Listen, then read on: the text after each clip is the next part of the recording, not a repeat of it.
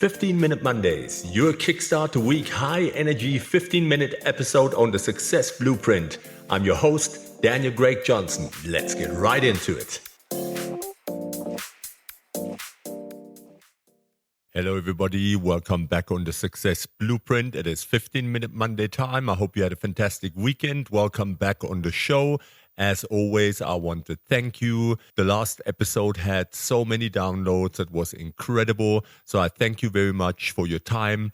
And this is going to be an interesting one. I've been asked by one of my listeners to make some episodes on money. And there was a couple of things that I was asked about the money. And I thought, let's just pick this up. And I gave this episode the name Your Brain on Money. Why enough keeps escaping you. And the reason I did that is because the questions that I've received and the experience that I have with coaching clients over the last 12 months where finances were an issue, the same kind of main themes came up over and over again. Money is the one scoreboard society never stops keeping. That's something that I've observed. You can be winning by every rational measure.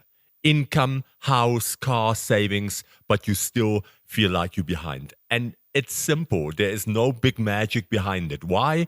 Because your brain is wired to move the target. Happiness rises with income, only up to the point where survival and comfort are secured. And after that, your nervous system adapts. What once felt like abundance for you becomes normal. And the craving resets. It's diminishing rewards, the law of diminishing rewards. The more you get of something, the less it feeds you. The Stoics talk about it a lot. Hedonism, this is hedonic adaptation in real time. It's why people double their income and still feel restless. It's why executives earning 7 figures confess to feeling poor compared to peers. If you don't define enough, then what happens? Your brain will never let you feel it. It's as simple as it is hardwired. Why is this important for me? Why does this episode matter? This isn't just about finance. It's about mental bandwidth, emotional health, and life direction. For leaders, chasing endless growth creates companies that sprint into burnout and confuse revenue with relevance. That's the simple hamster wheel. And for any other professionals, salary bumps soothe insecurity briefly, but deepen dependency on external validation. It's like the next bigger car, the next bigger house, and so on. It just starts like that and goes on forever. And for people that work for themselves, like myself, entrepreneurs, scaling without defining enough turns into an arms race. You can't win because the finish line never exists. It's never there. It's just something that you push in front of you all the time. And what's the result? Anxiety, comparison, which is a big one in times of social media, and decision fatigue. Defining funded contentment isn't settling. It's a strategy that everyone needs. It's something that I focus on with my clients. It protects your energy from being hijacked by endless pursuit and reclaims your power from a moving goalpost. That's what we do in life, goalposts. It's like our boss moves the goalpost, the person that you work for, your friend, your partner, everyone just keeps moving the goalpost. And that begs the question, what can we do about this? Let me give you a 5-step toolkit again that you can use right now. You can implement it immediately and it will make a huge difference in your life. Number 1, define a floor and define a ceiling. It's as simple as that. Many people I know that come to me for help or want to be coached set a survival floor. I need X to live. But what they do is ignore the ceiling. Without both, your brain creates a void where more is always required. Write 2 numbers. My enough. That's the floor. The monthly income that funds comfort and security or anything else that you want. And what's my ceiling? The point where extra money adds no real life joy. And this dual anchor stops the drift and makes financial decisions measurable and not emotional. So you're not consistently chasing and you're not getting into that autopilot mode. You are setting a floor and a ceiling. And I can guarantee you this one step is one of the most powerful that you will ever hear. Do it, use it, you will see how your life changes. Number 2, fund safety before status. Before you buy the lifestyle upgrade, fund what creates peace for you. Health cover. Create debt freedom for yourself and the people that you love. And an emergency buffer. Without this, every shiny purchase comes with hidden anxiety. Safety is invisible confidence. Once that's secured, you will recognize how your status purchases stop masquerading as needs. Number 3, rewire gratitude with math and not mantras. Instead of vague affirmations, make gratitude tangible. This month, my income covered 100% of my expenses and added 15% to long-term investments. For instance, just an example. When you speak the numbers, they soothe your nervous system because they turn safety into evidence, something that you can look at, that you can read. No evidence means and equals no lasting gratitude. That's why a journal can be so powerful. And a budget that you have on an Excel spreadsheet is the same thing as a journal just for finances. Number 4, create spending filters based on your identity. I want you to ask, does this expense reflect the person I want to be? If generosity matters, bake charity into your budget. And if adventure matters, assign money to travel, assign money to the hobbies that soothe that need. If legacy matters, prioritize investments that outlive you. The filter isn't I can't afford it. It's does this reflect me and who I want to be or become? Number 5, run quarterly emotional return on investment audits. Every 90 days, I want you to sit down, audit not just the financial return on investment, but the emotional return on investment. And I want you to write 2 columns. Money gave me energy through security, joy, impact, whatever stands there for you. Money drained me through stress, comparison, overwork. If the drain column outweighs the gave column, reset your system, rewrite the narrative. The spreadsheet doesn't tell the whole truth. Your nervous system does. And that's the evidence that you need right there. A client of mine from about a year ago hit his long-time dream salary, worked for it very hard, triple what he once thought he'd ever earn. And yet he called me saying, "Why do I feel broke?" The problem wasn't numbers, it was narrative. His brain had reset the baseline. That's as simple as it is. There's no big hoo-ha to it. We sat down and created 2 anchors.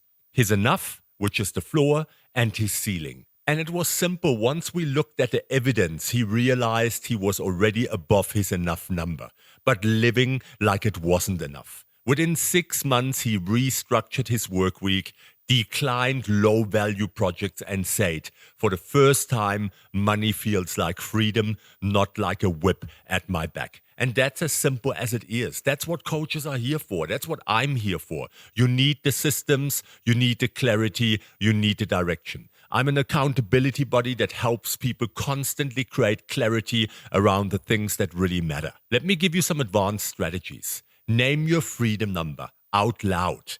It's not enough to write it. I want you to say it. Your nervous system treats spoken commitments differently than silent ones. Declare it to yourself or a trusted partner like a coach, your wife, your partner, whatever. Interrupt hedonic drift thought rituals. The brain normalizes upgrades quickly. Each time you hit a new milestone, ritualize gratitude, celebrate with family, create a reflection journal entry, or even pause work for a day. Rituals slow the drift. It's as simple as it is. It's neuroscience. Prioritize how you earn over how much. Money can either align with your identity or it can corrode it. I want you to ask, is this income building the person I respect? If the answer is no, the number doesn't matter. You're trading character for currency, and that is a lose situation every single time. So as per usual, let me give you your weekly challenge for immediate implementation. I want you to grab your journal or a blank sheet this week and follow these steps. Number 1, calculate your floor.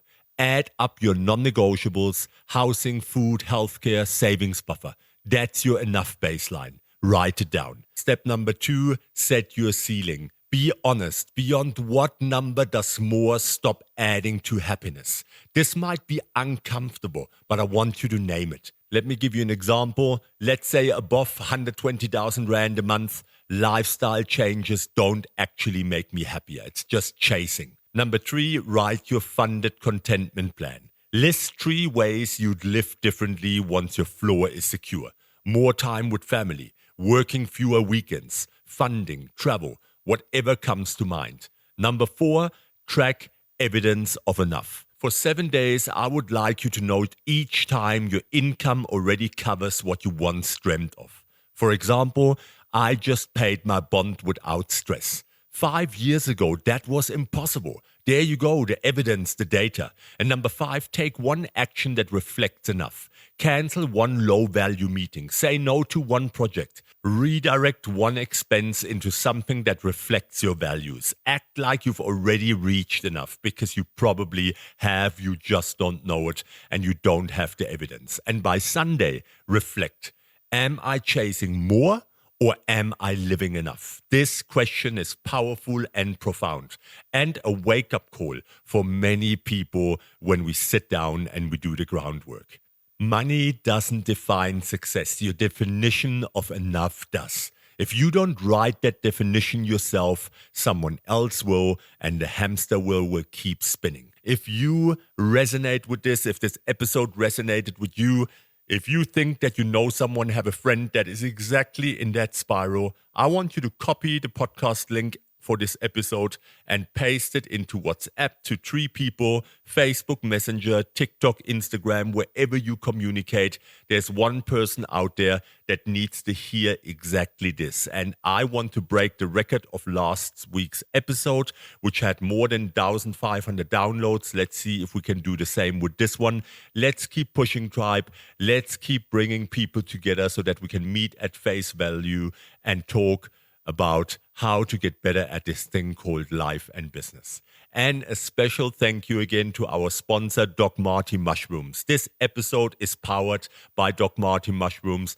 Marty isn't just a grower. He's a health strategist who sees mushrooms as instruments of longevity and clarity, just like we explored. Redefining enough with money. Marty helps redefine what enough looks like for your health. His passion for people, fungi, and resilience creates products that fuel clarity of mind, stability of body, and strength of spirit. When health is secured, wealth can finally serve its purpose, and that is freedom. So kudos, thank you to Doc Marty for sponsoring the Success Blueprint and the 15-Minute Mondays. We really appreciate it. And if you head over to his webpage and use the code DAN20, DAN20, you get an exclusive to the Success Blueprint 20% discount on your first purchase, and I can guarantee you, you will not regret it. So thanks, Doc Marty. Head over to docmarty.com and get your discount. And here you have it. This was a powerful one, a short one, but I guarantee you if you use this as a framework, it will make all the difference for you. This reframing is a solid foundation of my coaching when people come and want to define what's enough, when they want to get a bit more clarity about finances. It's powerful. And for the week, I want to leave you with one thought. Chasing more will keep you restless. Defining enough will set you free. Your brain will always whisper, not yet. But wisdom is knowing when to stop listening. Enough isn't a number, it's a decision, and you make that decision. That was it, tribe. 15-Minute Monday, short and sweet. I hope that you have a fantastic week. This was Daniel Craig Johnson, your host on the Success Blueprint. With my promise, I'll be back. Take care.